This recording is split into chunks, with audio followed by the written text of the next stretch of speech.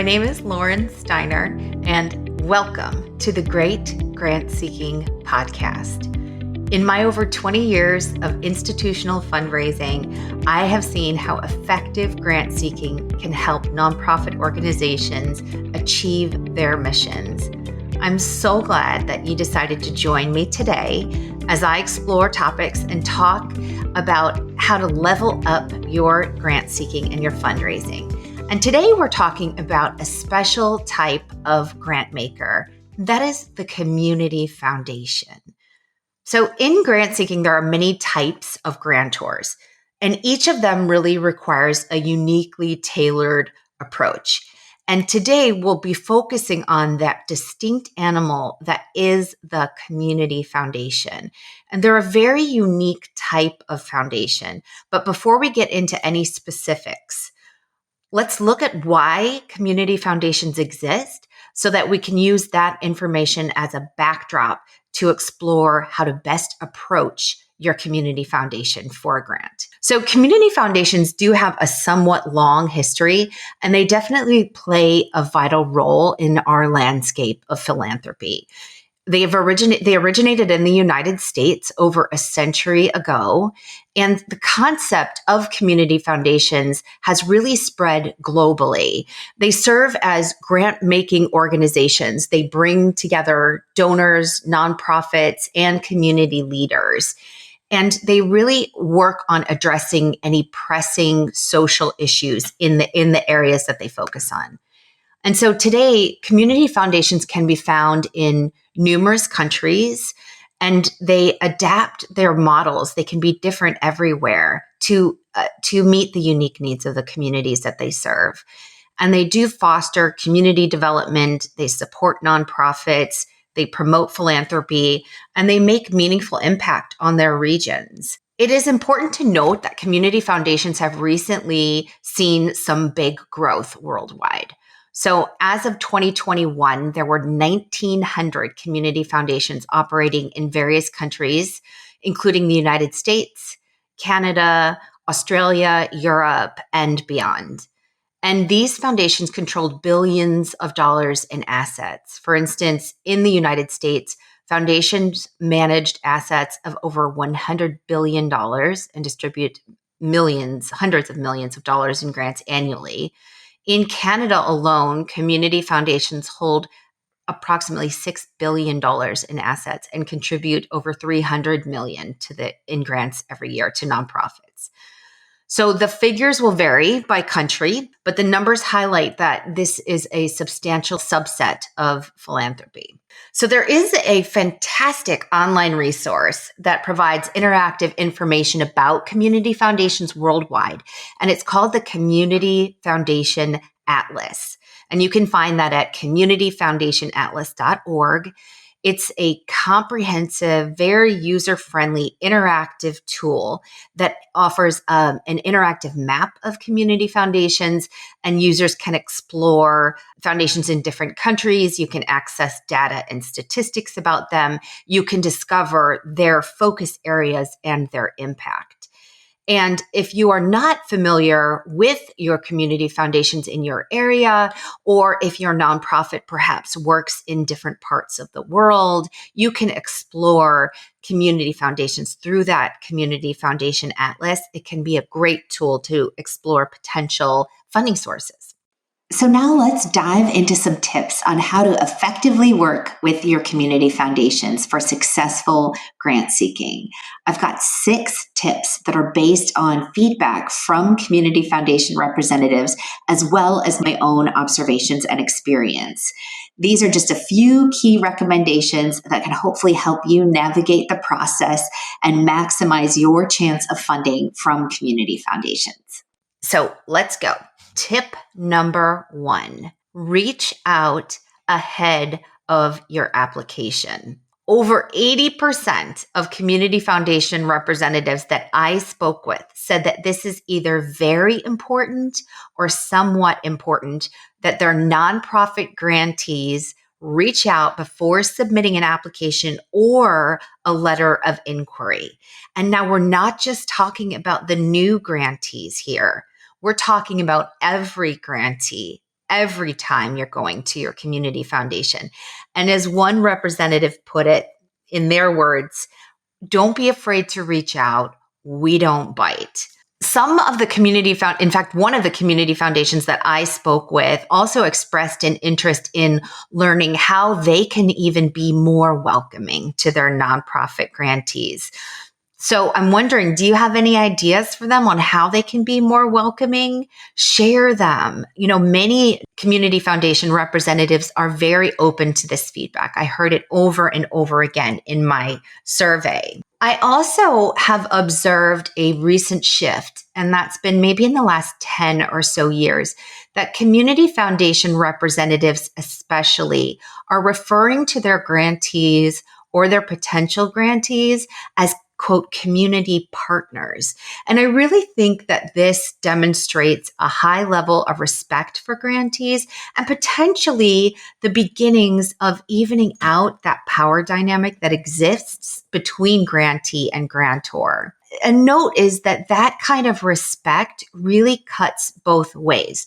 So one of the community foundation representatives who I spoke with cautioned potential grantees not to call, days before a deadline and expect a meeting right there on the spot, but to make sure that you're leaving enough time, that you're respecting their process and their schedule, and that you're calling them well ahead of the deadline.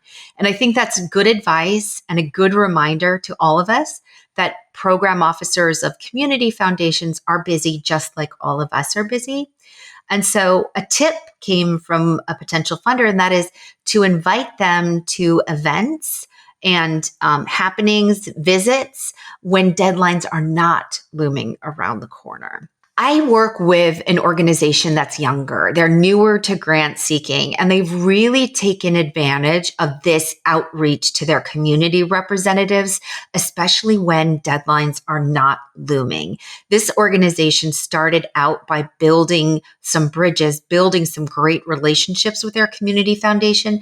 And as a result of that community foundation has given them some tremendous help in their early days in growing their nonprofit organization that include free consulting services, even free access to some technology products that the community foundation works with.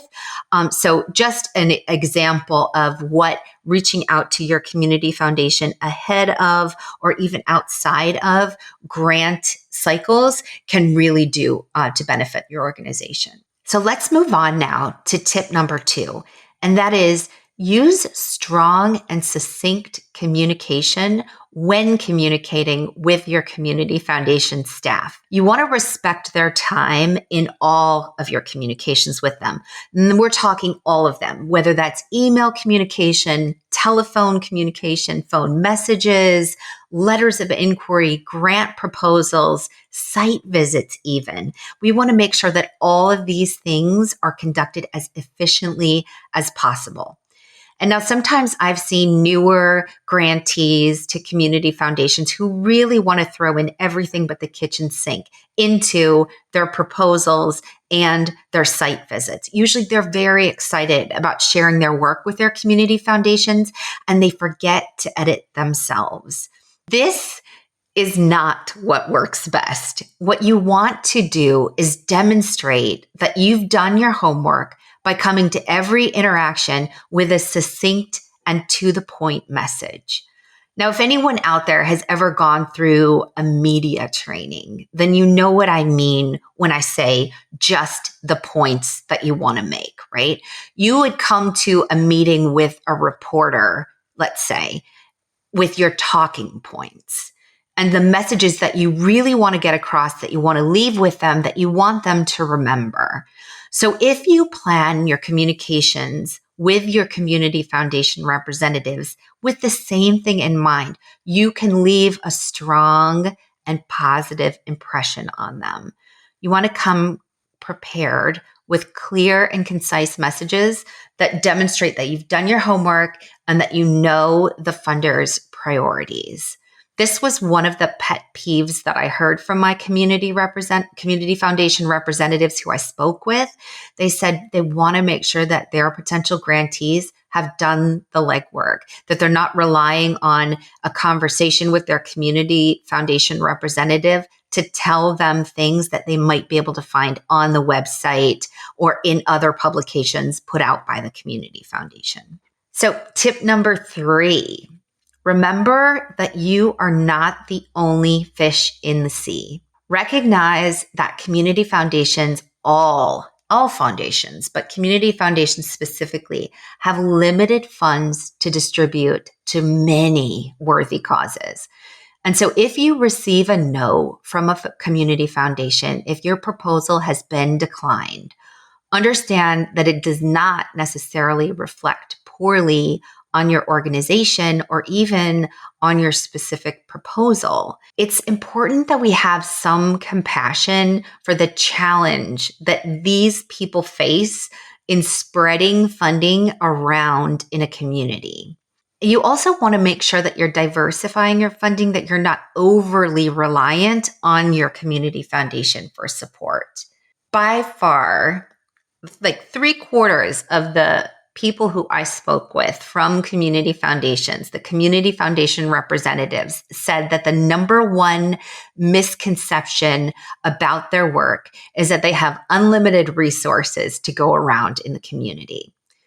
And so if you suspect that the reason that you've recently been declined was because of limited funds, go ahead and ask your community foundation rep about this specifically to find out if that was the case or not. Because if it wasn't the case, and maybe there's something you can do for the next go around. But your community foundation representatives definitely want you, the grantees, to know that making these tough decisions is not easy work.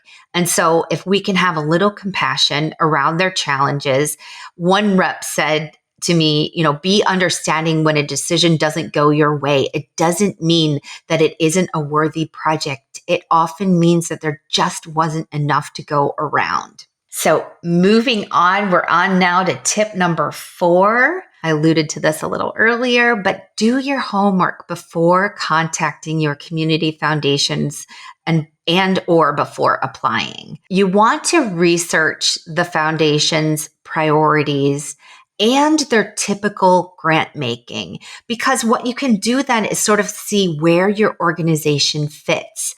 Are you on the highest end of their priority list, or are you somewhere down in the middle or toward the end? And then does your organization look like the other organizations that they're supporting, or are you quite different from the organizations that they typically support?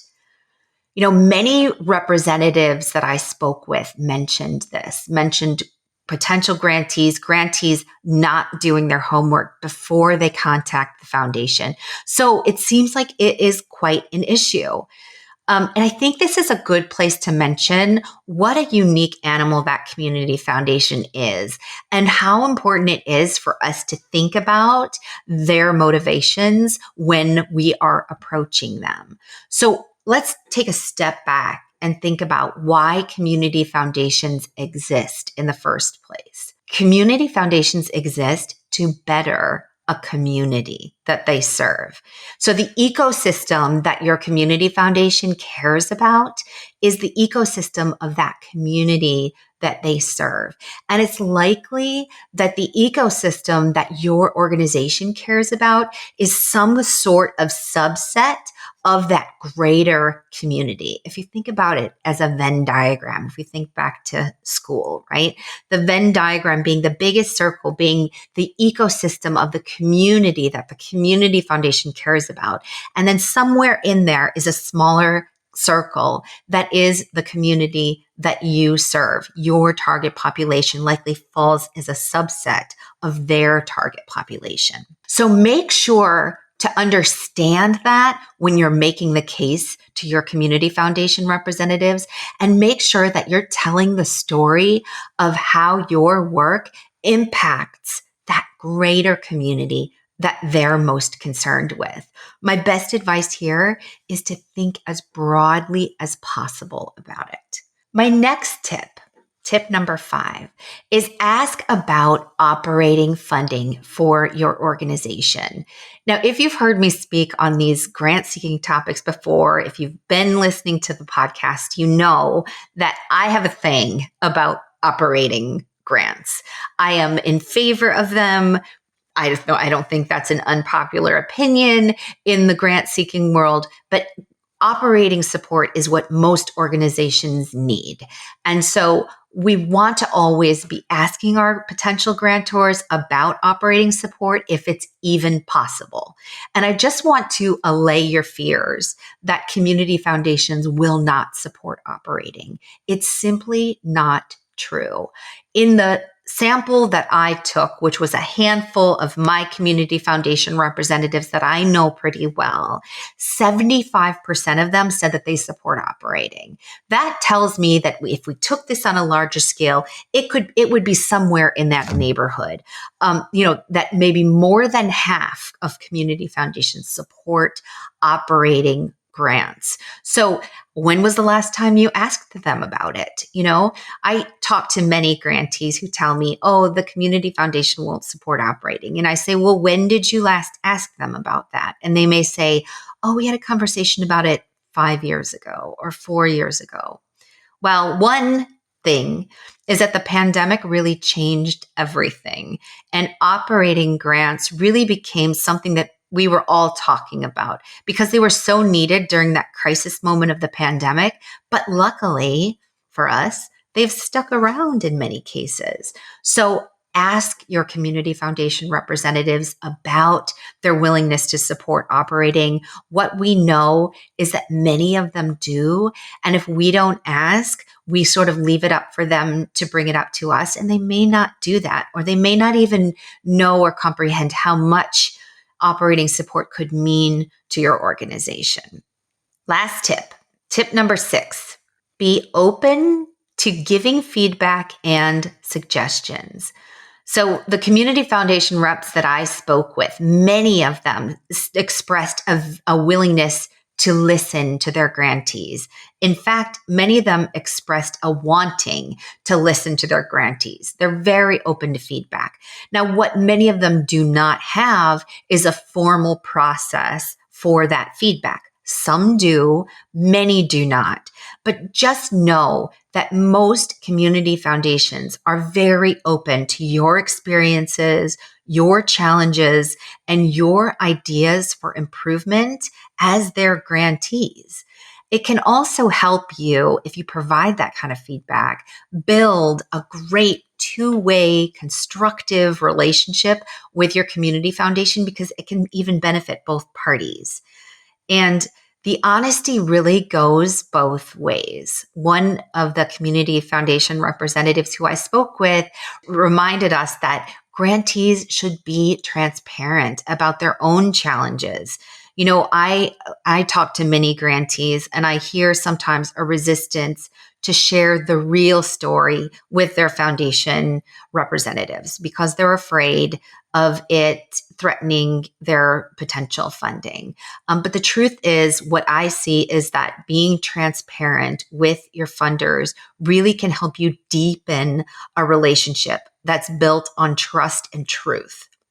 It can strengthen, not weaken, a relationship between a grantor and a grantee. So remember, community foundations are concerned with the health and well-being of that entire community.